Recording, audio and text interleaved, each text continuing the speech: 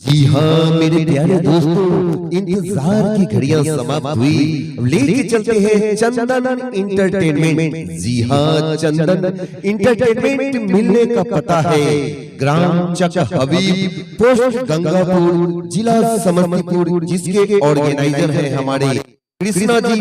आप तमाम संगीत प्रेमियों को तहे दिल से हार्दिक हार्दिक अभिनंदन करते हैं और करते रहेंगे। ये मेरा नहीं बल्कि हमारे कृष्णा जी का कहना है कि मंजिल उन्हीं को मिलती है जिनके सपनों में जान होती है।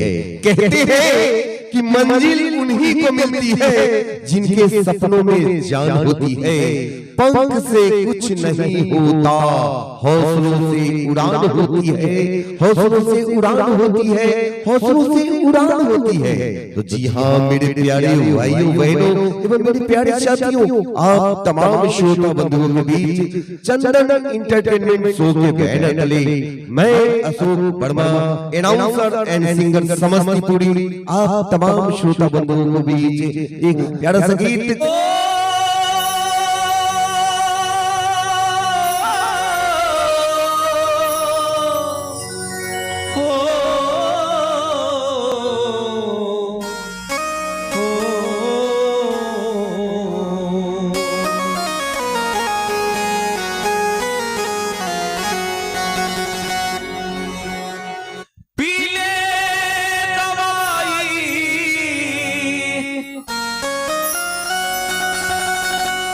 पीले दवाई हो, पीले दवाई हो, पीले दवाई।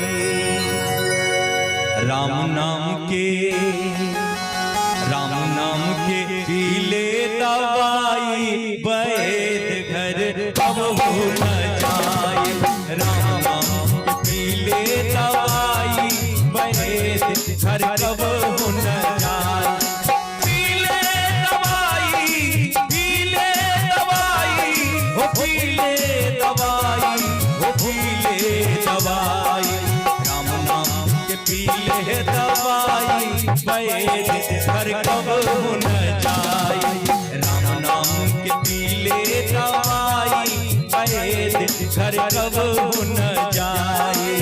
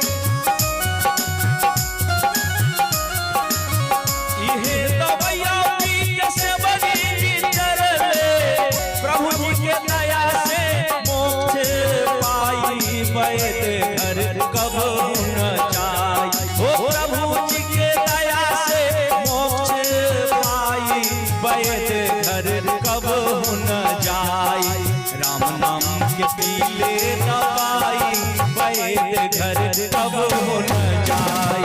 राम नाम के पीले दवाई, वैद घर कब हो न जाए।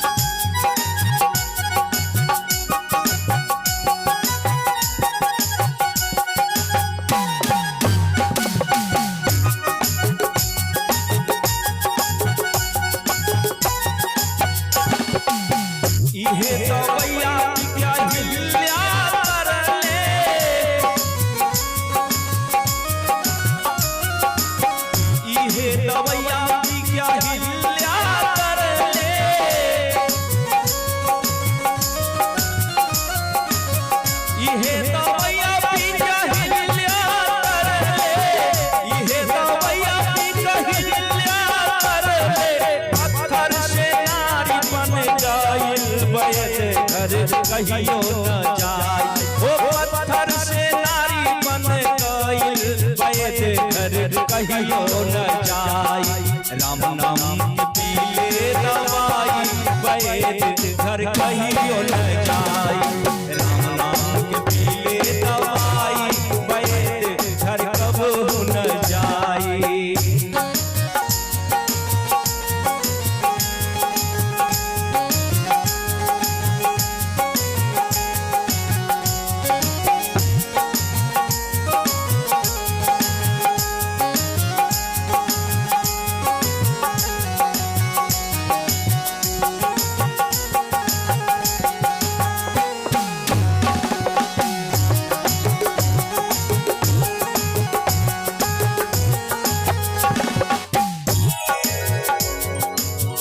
इहे दवैया पी के हनुमंत जी तरले,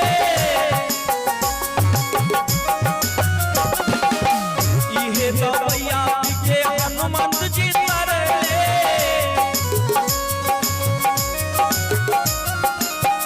इहे दवैया पी के हनुमंत जी तरले।